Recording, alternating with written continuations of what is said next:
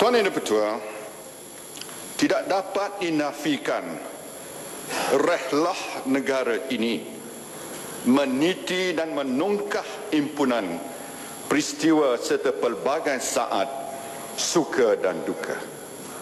Sejarah yang dilewati itu wajar dianggap sebagai teladan berguna kepada kita. Namun, janganlah menjadi alasan sejarah sebagai sempadan yang memenjarakan pemikiran. Untuk berjaya, rakyat Malaysia perlu berani berfikir di luar dari kotak penaklukan yang lazim. Sehubungan dengan itu, sekalipun kerajaan menjadikan detik-detik lalu sebagai panduan dan sempadan, kita tidak boleh sekali-kali terperangkap dengan sindrom penjara sejarah supaya tidak berlakunya paralisis dari segi tindakan yang dirancang dan apa yang ingin dilaksanakan.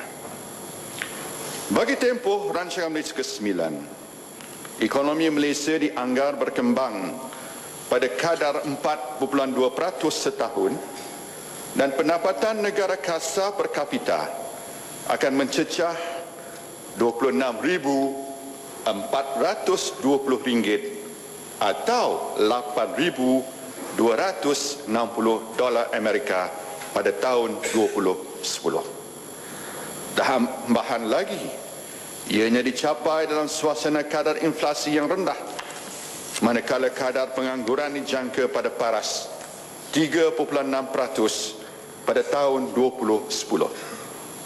Defisit fiskal kerajaan persekutuan pula diunjur mengecil kepada 5.3% pada tahun ini berbanding 7% pada KDNK pada tahun 2009. Pelaksanaan program pembasmian kemiskinan untuk golongan sasar pura telah berjaya mengurangkan kadarnya kepada 3.8% tahun 2009 berbanding 5.7% tahun 2005. Peratusan miskin tegar pula telah menurun daripada 1.2% kepada 0.7% dalam tempoh yang sama.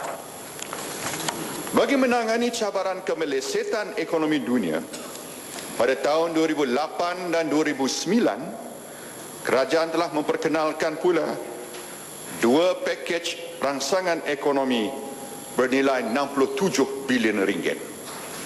Dengan izin Allah, ekonomi negara telah semakin pulih dan mencatatkan pertumbuhan amat membanggakan pada kadar 10.1% bagi suku pertama tahun ini. Ini merupakan kadar pertumbuhan tertinggi sejak 10 tahun yang lalu. Mudah-mudahan bagi tahun 2010, ekonomi Malaysia akan kembali cergas dengan mencatatkan pertumbuhan sebanyak 6%. Tuan Yang Dipertua, di pesada global, perjalanan kita ke arah wawasan 2020 penuh dengan cabaran getir dan tidak menentu.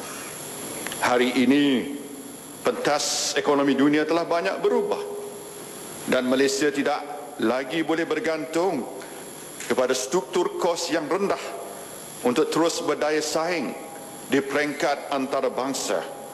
Arus globalisasi, liberalisasi dan negara-negara seperti China, India, Brazil, Timur Tengah dan juga negara-negara jiran telah mewujudkan persaingan sengit pada usaha untuk menarik lebih banyak peluang perdagangan dan pelaburan.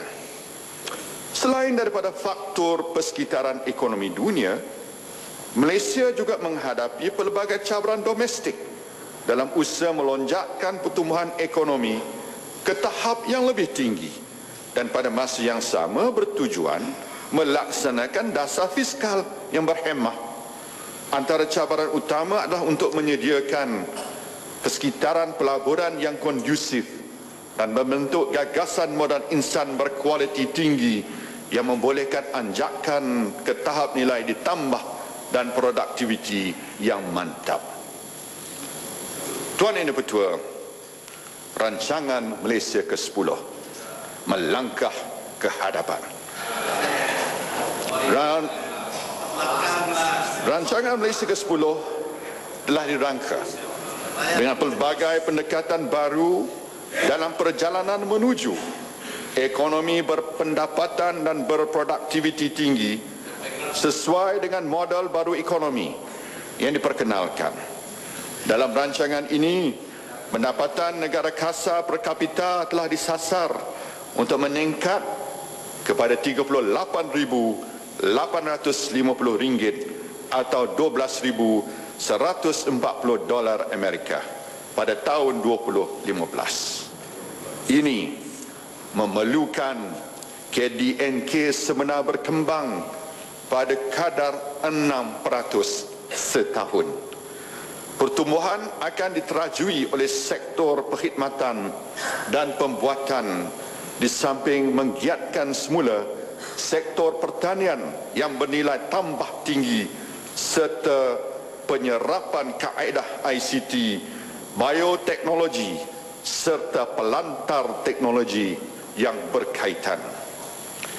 Cabaran besar rancangan ini adalah untuk memangkin pelaburan swasta ke tahap yang lebih cergas, di mana ianya disasar berkembang 12.8% atau RM115 bilion setahun.